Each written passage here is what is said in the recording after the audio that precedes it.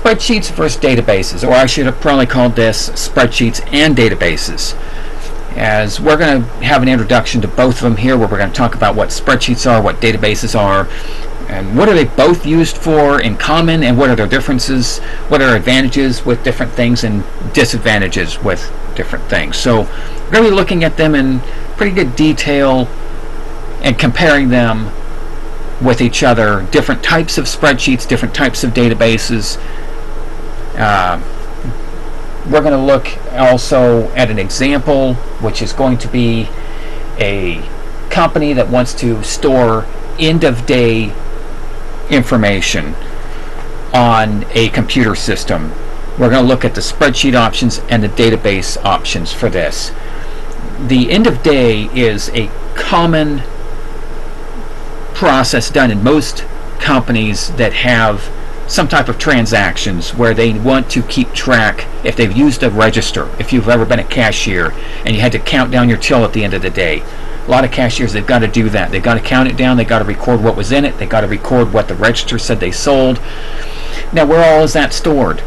Now, a lot of times it's just papers in a drawer, but maybe they want to see it in easier detail, being able to sort it. This is going to talk about computer storage options, just so that way we have some examples to work with, and which features are going to work best for what we need. That's where we're going to talk a little bit more about features. We're going to look at some of the features of various different types of spreadsheets and databases in this video, and then we're going to show some examples like what I was going to describe, what I was describing regarding the company that's trying to store their end-of-day reports. So let's take a look at the features of these things. Features of various different types of systems. Alright. Comma separated values, that's a very basic text-based format for storing, kind of like a spreadsheet. Office spreadsheets, that's more of your LibreOffice Calc and Microsoft Office Excel would fall in these categories. There's additional types of Office out there, but these are, these would be spreadsheets. Then we're going to take a look at Office's capability with databases like LibreOffice Base, Microsoft Office Access. We are not going to show examples of that on this. We're going to be using a light database such as SQLite, and there's also heavier databases as well. That would be things like MySQL, Maria Database, Microsoft SQL. We're going to not actually look at those. We will look at them, but we will not actually have examples in them as well. But we will talk about how they work and why their advantages are what they are. Now, when I'm dealing with a program being included with these things, I'm talking about something that really tells it can be included in the document or in the database.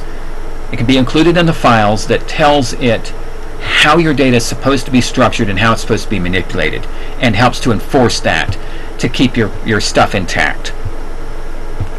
So CSVs, no, just the basics. We're going to see just how basic that information is.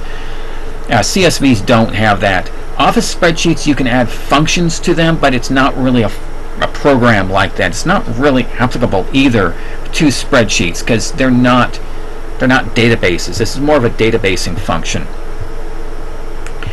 Office databases, though, you can put forms in there for data entry and for data editing and reports and all that. You can build it right into the database, so it's one file and you've got all that.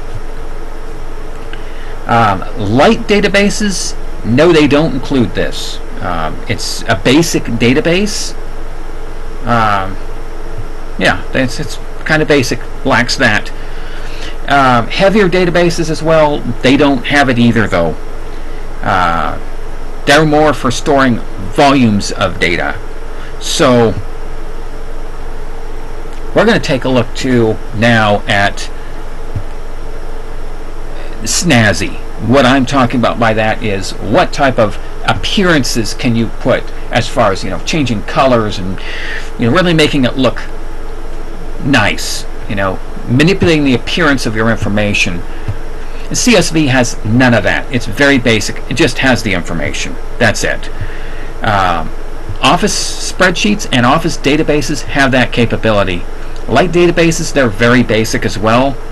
And heavy databases, not really. You don't really see the data. It's just manipulated. We'll talk about how they work and why they don't have that throughout the course of this video.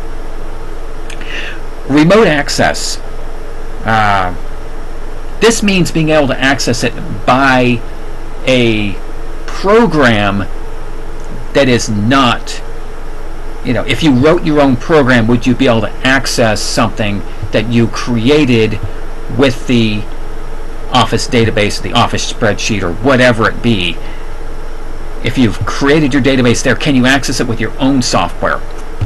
CSV, you can easily parse the files. They're just commas that separate the different fields. Your line drops separate your rows. So split it by your rows, and then split each row by its commas, and you've got your fields of your table. So you can pretty easily read it that way. Now, Office spreadsheets are very difficult to parse because they have a lot of extra stuff in there, and they don't really have libraries to access that. They're not designed for higher volumes of data, so they don't generally put remote access capabilities in spreadsheets. Now, Office databases, on the other hand, they do oftentimes have libraries that you can use to access that database and manipulate it outside of the database. So you can get the data, you can put data in, you can manipulate the data, run queries on it, run reports on it, input new data to it, do all that remotely through your own programs. You don't have to fire up LibreOffice Base or Microsoft Access to be able to see or manipulate your data or have other things play with your data. Light databases, that's pretty much what it is it works through remote access. That's the biggest thing that it does. It's great for small amounts of data, but yeah, we'll get into that. But it works on remote access. That's really what it is. It's not including a program. It's not about the SNAS. Heavier databases, they depend as well. Both of these guys down here depend heavily on light and heavy databases. Depend on your remote access. Depending on accessing it through your remote, through your own program, grabbing a library and running it in. Now, how about the performance with the big data? A lot of things perform really well with small data. CSV is excellent with small data. Absolutely poor, though. Once you start pouring in that data to it, it gets to be poor performance. Same with an Office spreadsheet. Once you get into Office databases, they're designed for a little bit better handling with bigger data, but still they can overload. Once you pour in even more, it gets more poor on its performance. Light databases, they also don't perform very well with large amounts. These are just systems that are designed, all of these guys here are designed, these guys, the Office and the light databases are designed for medium, light to medium loads. The CSV Office spreadsheet, they are not designed for very much at all. Heavy databases, they can still get very good to great performance even with pouring in the data. They don't have poor performance when you pour in the data. Now, how about network multi-user capabilities with these guys?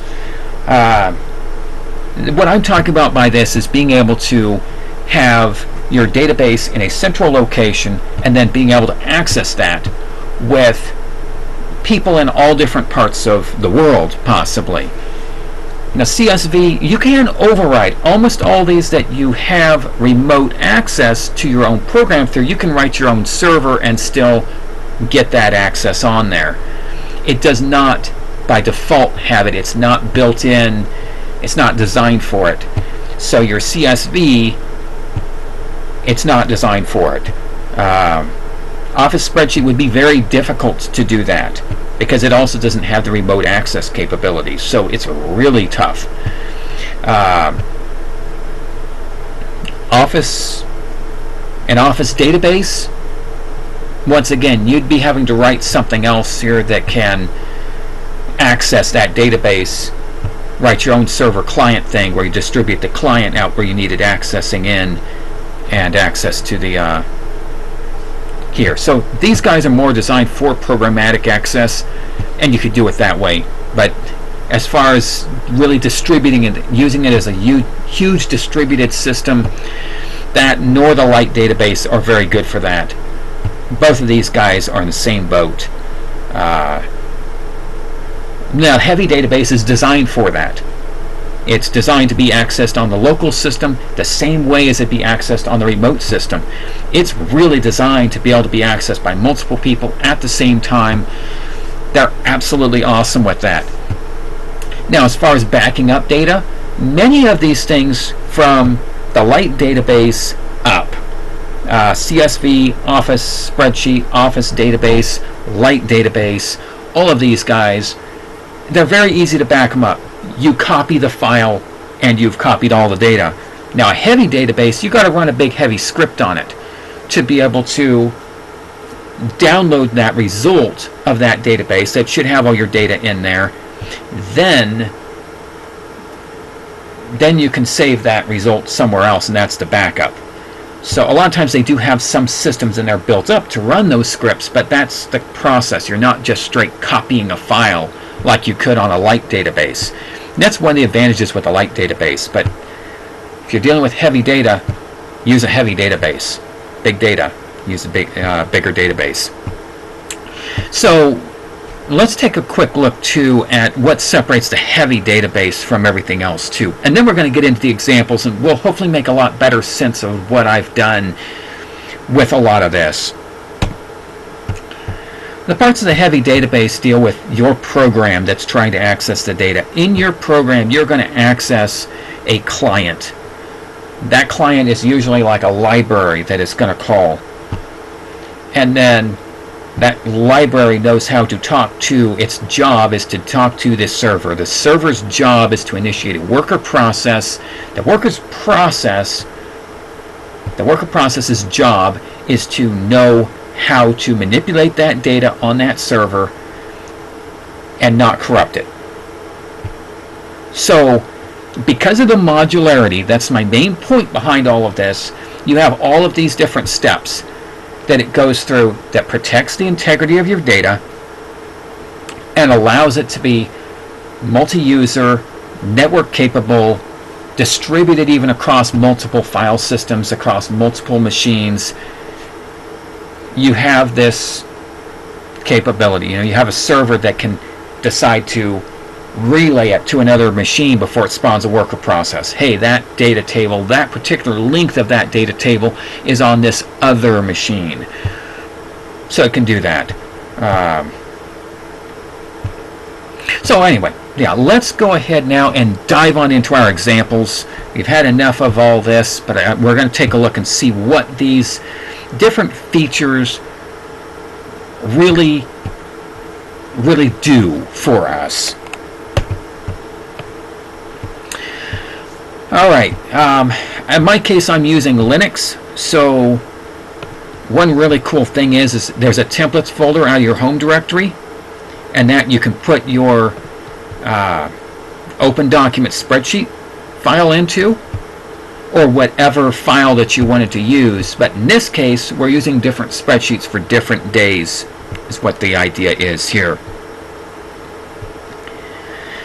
And so right there on your home, if you open up your home directory and you see you've got a templates folder, you just put it in there. And what that means is when you go on in here to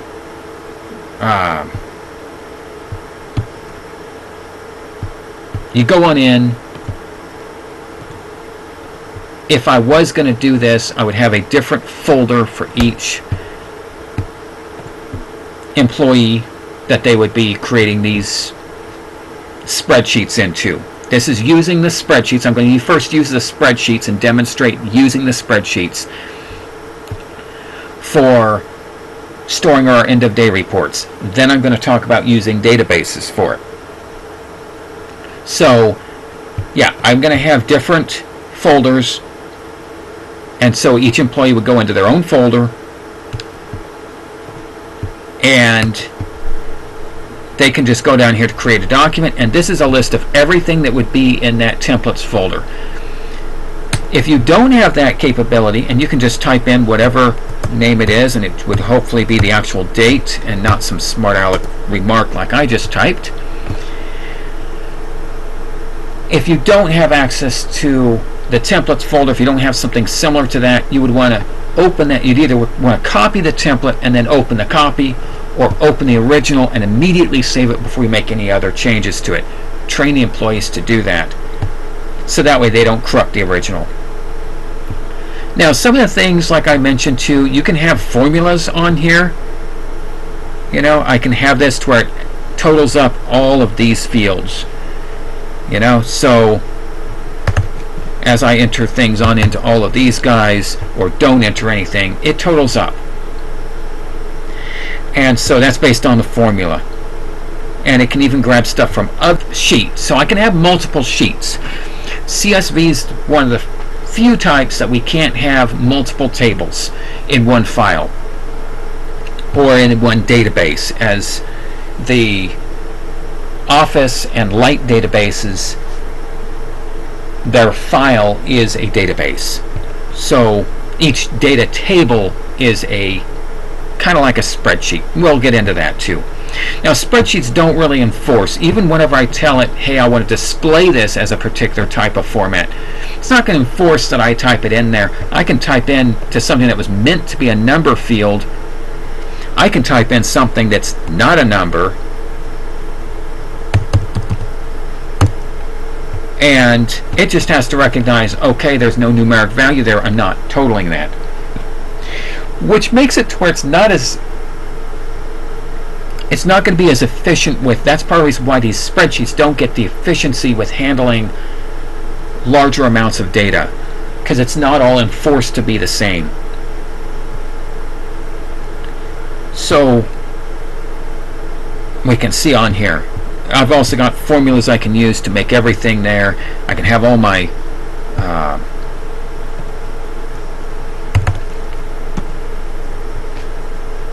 I can have all of my formulas total up everything.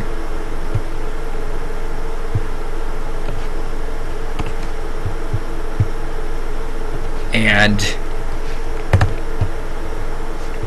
we can total up all this stuff here, where we can see that the bills are all totaled up. And then, that's all done by formulas. I can total up, what I did down here for the totals of everything else down here too. So I can have formulas in here that do some of my work for me. That's something that I can definitely do. And then I can save that.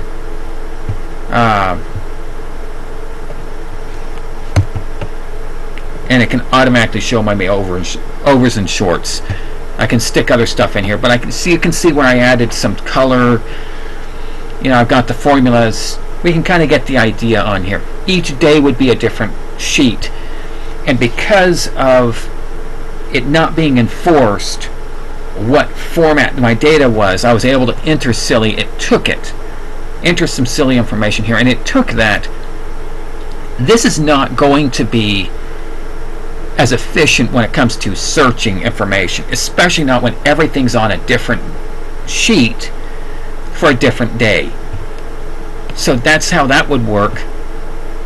Now, of course, I could put all these up onto a file server somewhere and have some network access to it. It's just not the same as what some of the other systems can do. You can also save these as some of the you can save it into the Microsoft format.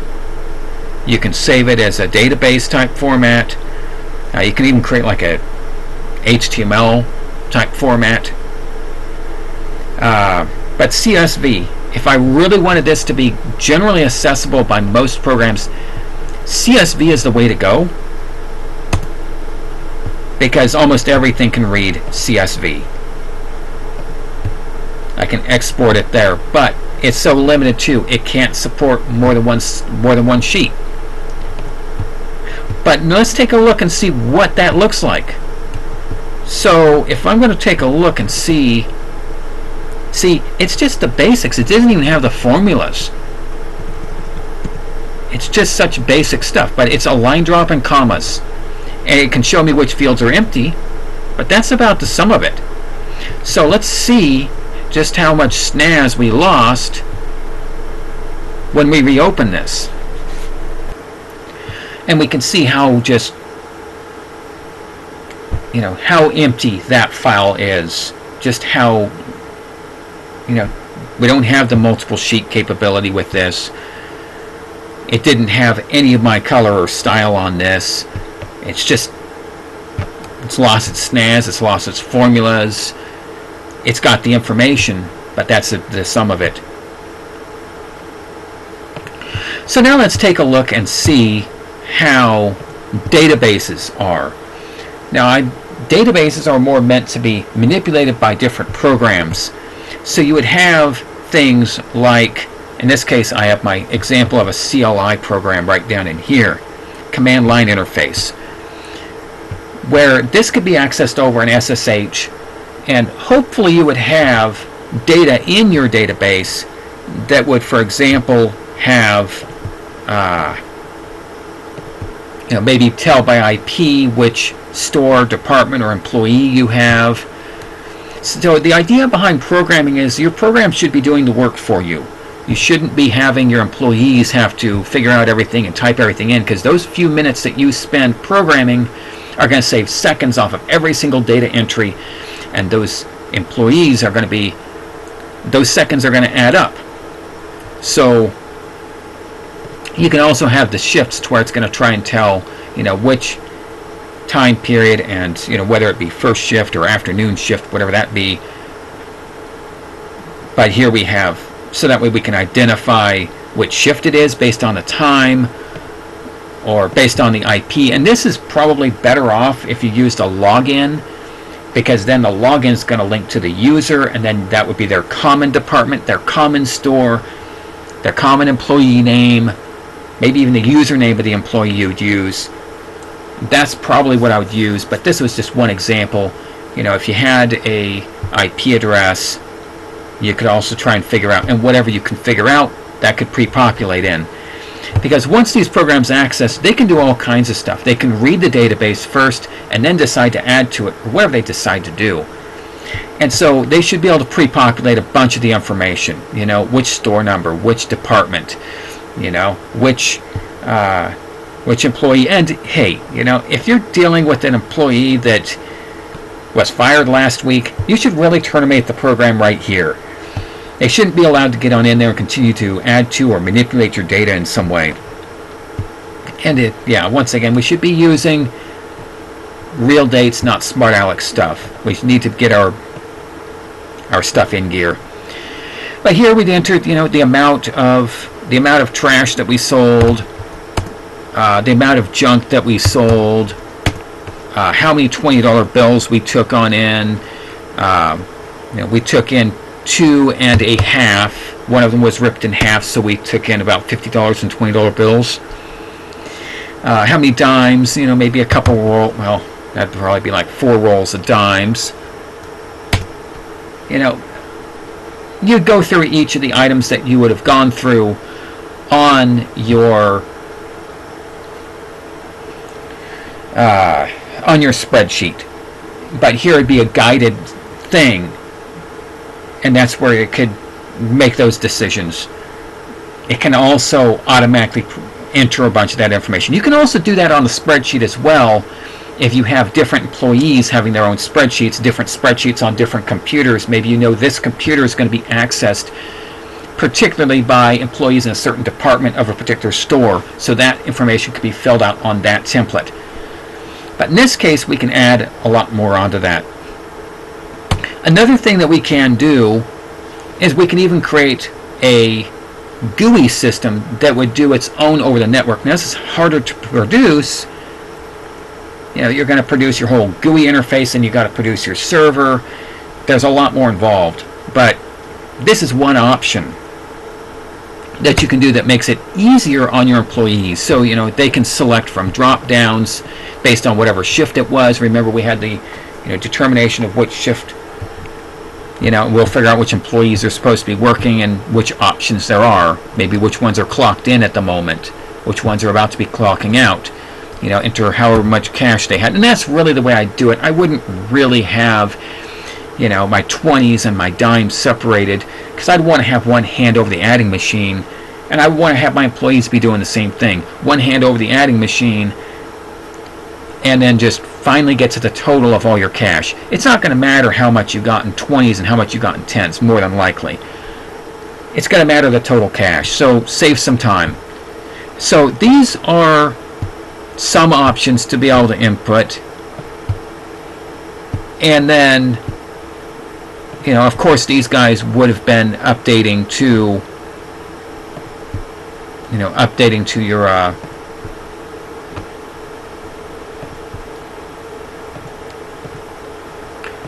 your data table.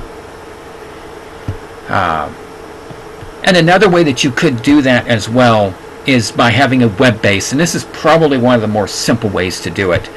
And here, once again, you can have pre-populated items where it's read the database and realized, hey, where you're calling from, or as you're logged in, you've got to be with the Department of, Disposal and Write-Offs, let's say.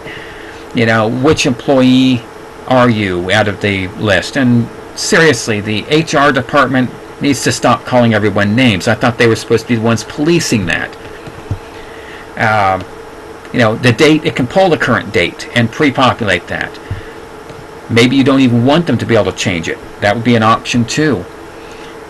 But you can have a web-based type interface, and then once you're done, it can log the data that way. How much did you sell on each guy of these guys? How many wooden nickels and rubber checks did you take? These are all things, and then you can submit that and have it be updated to the database. This is more applicable, the web-based system. It could be used if you were keeping track of this on the same system, or if you wrote that bridgeway, but this is more designed for heavy database usage with the end of day like this. With the graphical user interface client and the command line interface. The command line interface could be used either way, but the GUI interface is best used if you're running a local light database.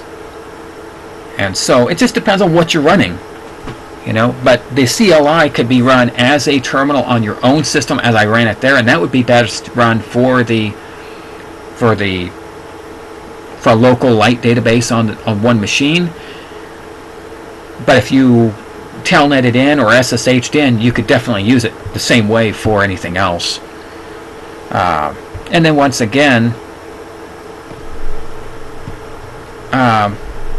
we can see the reports on the end of days as well through the web type interface. You could have it. But this is where you would add all your SNAS, is on these forms, on these reports. The programs are able to manipulate these and figure out what you want shown. If you're not sure how to write HTML documents, you can take a look at my tutorial on that. If you're not sure about how to add the SNAS to a web page, take a look at my CSS video. I have an creating a home page in HTML video that describes HTML in pretty good detail, and CSS as well describes CSS in pretty good detail, and we'll show you how to add some SNAS to this stuff. Each of your Each of your reports, each of your fields that you're going to create, your data entry forms, all of that, you're going to want to add your own snazz to it. Now, if you're working with a Office database, it can help you create your own reports, your own forms, all that. But whatever system you decide to use, once again, also, if you're using web, that works best with a remote type system, because it also helps to have the server working for you. So that's where you want to have that one server working wherever the database is. If you're using command line interface, that works all over the place. And that's why we're going to use a lot of it on a lot of my programming videos. We're going to talk about a lot about how to build processes for command line interface, because they're so useful. They can work across the network, they can work locally. The GUI, though, that really is focused more on local use. So if you're going to create your reports in a GUI format, it's better off to do that locally. And with the databases, though, one of the things that really makes them make better sense on things is you can sort things out based on, you can run a query that, for example, just runs a certain day span. Maybe I want only everything for the second. So it would, with a query, I can just make it to where this is all I'm working with here is just 4, 5, and 6 down here. That's what these guys are. And only everything on the second. I can do a query for that. And then I can also, on the query, sort that information. I can alphabetize my employees by name. So this would only show this record, the clown for the second, the joker for the second, and the shammer for the second. That's something that could be returned out of my database with a query. So then I can take that return result, and I'm going to have some more information on exactly how to do this stuff when I go further along with my web series. I'm going to have some stuff where I talk about different types of ways of storing data beyond what this video was, and going beyond this video as well as how to store it and manipulate it with databases as well as other means. But then I can take that and I can run a script over that and really figure out what I want to see. Total numbers as I go,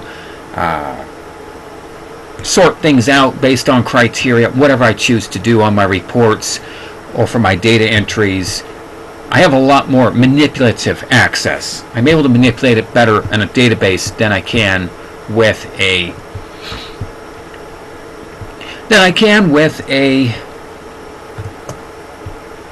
spreadsheet.